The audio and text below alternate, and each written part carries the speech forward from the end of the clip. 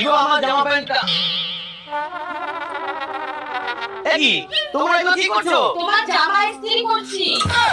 আরে পাগল,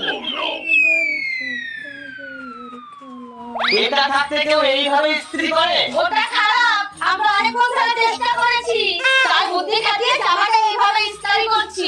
এত বুদ্ধি না থাকলে পাশের বাড়ির থেকে হলো করে আনতে পারো। ঠিক তো, এই বুদ্ধিটা তো আগে মাথায় আসেনি।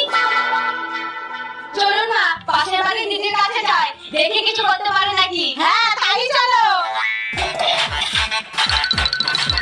দিদি, ও দিদি। দিদি নেই, কোথায় গেছে? ঘরে। কি দরকার বলুন? বলছি আমাদের ইস্ত্রিটা খারাপ হয়ে গেছে, ওই কোনো কাজেও বেরোবে, তাই এই জামা প্যান্টটা একটু ইস্ত্রি চালিয়ে দিন না। ঠিক আছে দিচ্ছি।